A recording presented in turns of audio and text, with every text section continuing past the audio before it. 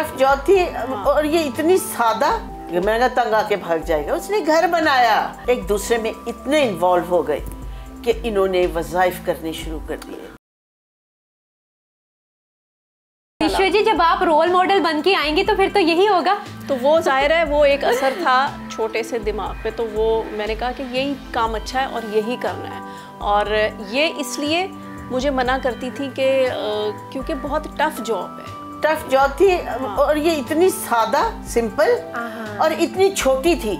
मैंने कहा गैर जिम्मेदाराना ज़हन है, इमेच्योर ज़हन है, इसका कोई पता नहीं, आधी फिल्म करके कहे बाकी मैंने नहीं करनी। अच्छा, ये इस तरह की मूवी ऐसा किया ना इसने। यस। वो कौन सी मूवी थी जिसपे? कुछ मूवीज ना, जब इनको इनके यहाँ इश्क नमूदार हुआ, फिर कहती कि बाकी जो आधी फिल्में वो मैंने नहीं करनी। क्यों? उनकी तरफ से उन्होंने कोई बचपना था? नहीं, इमेच्योर। तो इसीलिए मैंने रिस्ट्रिक्शन लगाई थी कि शादी जब तक ये मेच्योर नहीं होती मेंटली, जैसे फिल्मों में अपनी जान पे खेल कर आई, मैं नहीं लाना चाह रही थी। तो इसने कहा कि अब मैंने नहीं करना। तो मैंने कहा शादी ऐसा केस नहीं है। शादी बड़ी रिस्पॉन्सिबिलिटी का काम है। शादी में अगर कह दे कि मुझे अच्छा नहीं लगता, मैंने इसके साथ नहीं रहना। हाँ, फिर मैंने इनको चाहिए। इतना तंग किया, इतना इनको पक्का किया। अच्छा, वैसे माँ जानती है कि उसने अपनी औलाद को किस तरीके से राह रास्त पे लेके आना। बिल्कुल, क्योंकि बचपना था, नहीं कुछ पता था।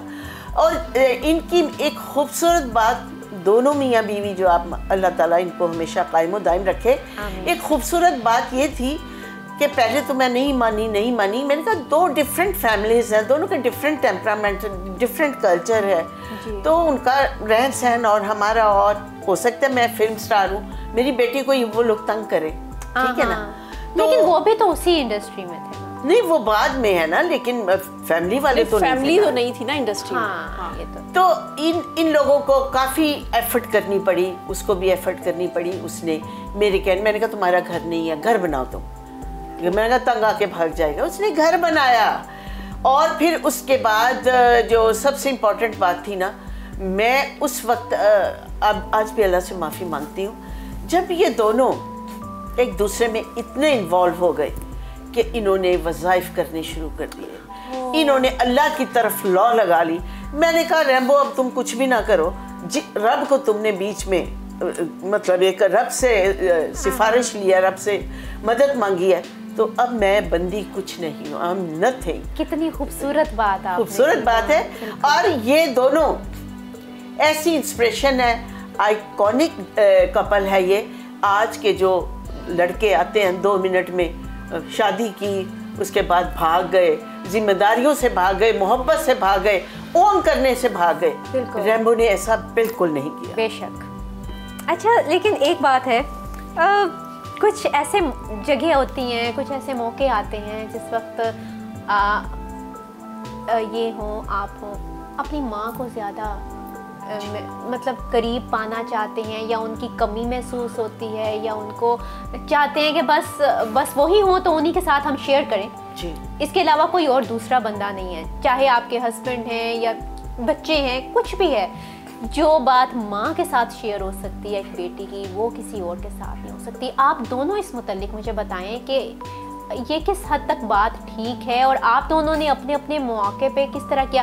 क्योंकि निशा जी, मैं आपको बताऊं, ये तो आपके साथ आके शेयर कर लेंगी, आपका जब दिल भर आता है तो आप अपनी वालदा को कब महसूस करती हैं और कब चाहती हैं कि उनके साथ शेयर? मुझे उनके एक डायलॉग बहुत याद आता है।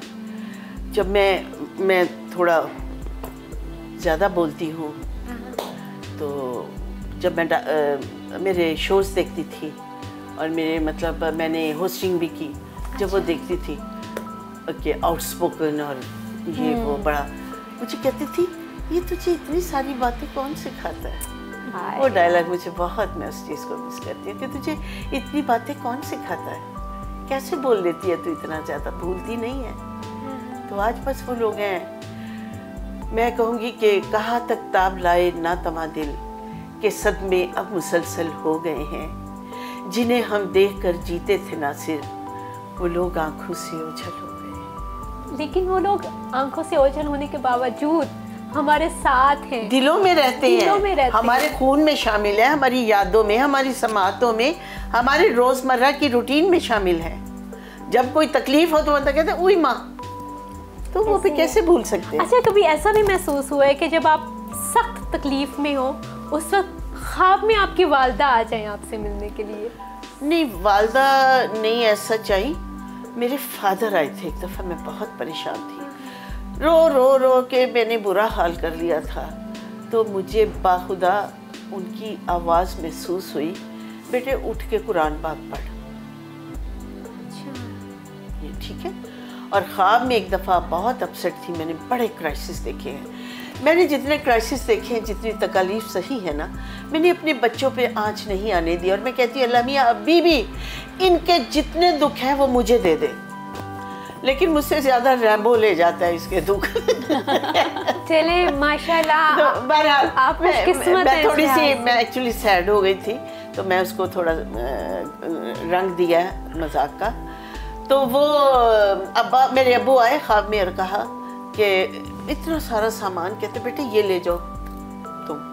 कहते ना कि जो मुर्दा हो वो देता हुआ बहुत अच्छा। उसके बाद मेरी परेशानियाँ काफ़ी हद तक कम हो गई थी, लेकिन उसके बाद फिर सुकून आया लाइफ, सुकून आया बिल्कुल। तो वालिदैन फिर चाहे जहाँ मर्जी हो वो हमेशा आपके साथ होते हैं, आपकी हर चीज़ को फील करते हैं, आप उनको फील करते हैं। बिल्कुल। और ये जो एहसास है ये बहुत कीमती एहसास है। बहुत। आप ये समझती हैं कि हर औलाद में ये एहसास होता है? क्योंकि बहुत से बच्चे ऐसे भी हैं जो अपने वालिदैन को ओल्ड एज होम में छोड़ देते हैं। वो बदबख्त बच्चे हैं जो अपने पेरेंट्स को, अपने बुजुर्गों को ओल्ड एज होम में छोड़ाते हैं। क्या उनको वो बात याद नहीं आती कि जब वो छोटे थे तो माँ किस तरह उनको संभालती थी, किस तरह उनका ख्याल रखती थी, उनके खाने के लिए उठ जाती थी, उनके फीडर बनाने के लिए उठ जाती थी। बाप सर्दियों में, गर्मियों में, हर वक्त अगर बच्चा बीमार हुआ है तो उसको डॉक्टर के पास लेके जाते थे। उनकी हर ज़रूरत का ख्याल रखते थे पेरेंट्स। उनकी पसंद का खाना पकाया जाता था जब वो बड़े हो जाते थे। उनको खाने के लिए माँ बैठी होती थी, और दवाई के लिए बाप जाता था, डॉक्टर पे लेके जाते थे। सारी चीज़ें बिल्कुल, ये कुर्बानियाँ नहीं, ये रिश्ते को वो निभा रहे थे जब वो जवान थे और ये बच्चे थे। तो बदबख्त हैं वो बच्चे जो अपनी जन्नत को दूसरों के हवाले करते हैं और अपने दोज़ख की वो हिफाजत करते हैं। इस तरह हिफाजत करते हैं तो जन्नत को तो घर से निकाल दिया, तो फिर अब वो दोज़ख के ब्रांड एम्बेसडर हो गए ना। लेकिन मैंने बहुत से बच्चों को ये भी कहते सुना है, माय ओल्ड एज होम में मेरा जाना हुआ तो वहाँ पे एक वालदा कहती हैं कि मेरी औलाद कहती है आपने हमारे लिए किया ही क्या है। कहते हैं बेटा इतने से इतना किया। बिल्कुल। तो वो ऐसे तो नहीं हो जाता, ऐसे नहीं हो जाता। और मैंने बहुत दफ़ा देखा है, प्रोग्राम्स चलते हैं तो माओं की आंखों में देखें पूरी जिंदगी, पीछे बैकग्राउंड में पूरी जिंदगी, फ्लैशबैक में जाएं, पूरी जिंदगी का एक नक्शा उनकी आंखों से रवा होता है आंसुओं की शक्ल में, कि हम कैसे इनको पाला, इनके कितने नाज नखरे, सुबह उठ के स्कूल के लिए उठाना, नाश्ता बनाना, इनको छोड़ के आना, फिर इनकी ईदें, शबरातें, सारा कुछ सेलिब्रेट करना, इनकी बर्थडे सेलिब्रेट करना। बीवी आ जाती है तो कहते हैं कि नहीं हमारा घर ख़राब होता है, आप प्लीज़ चली ही जाएं तो बेहतर है। तो ऐसे बच्चे तो दोज़ख का ईंधन है। बिल्कुल। साहिबा जी आप क्या कहेंगे इस बारे में? जी बिल्कुल, मुझे तो लगता है कि ऐसे लोग होते ही नहीं हैं। हाँ होते हैं, लेकिन मुझे यकीन नहीं आता कि सचमुच ये लोग रेजिस्ट करते हैं दुनिया में, क्योंकि बहुत बुरी बात है। आपकी अपनी पर्सनैलिटी जब आप, और फिर आपके साथ मैं समझती हूँ कि ये चीज़ दोबारा रिपीट आप ही के बच्चे करते हैं। ये यहाँ कहाँ पे कमी रह जाती है, मुझे ये पॉइंट समझ नहीं आ रहा कि आखिर वो कौन सी बात है जो वालिदैन को वहाँ तक ले जाती है औलाद। तरबियत में कमी है या सोसाइटी का ये जो जिसे कहते हैं कि उनकी कंपनी इस तरह की हो गई है जो बेराह रवी की तरफ लेके जा रही है औलाद को? नहीं, मुझे लगता है कि जो इंसान अच्छी नेचर का नहीं होता उसकी अपनी नेचर ऐसी होती है, उसकी तरबियत का पता नहीं क्या उसको माहौल ऐसा मिला होता है कि वो इस तरफ चला जाता है। यानी कि कांटे का काम है चुभना, चाहे आप उसको रुई में भी लपेट के रखें, उसने चुभना ही चुभना है। लेकिन एक अच्छी औलाद एक फूल की तरह होती है, आप उसे जहाँ पे भी रखें उसने हमेशा खुशबू और नरमाहट ही देनी है।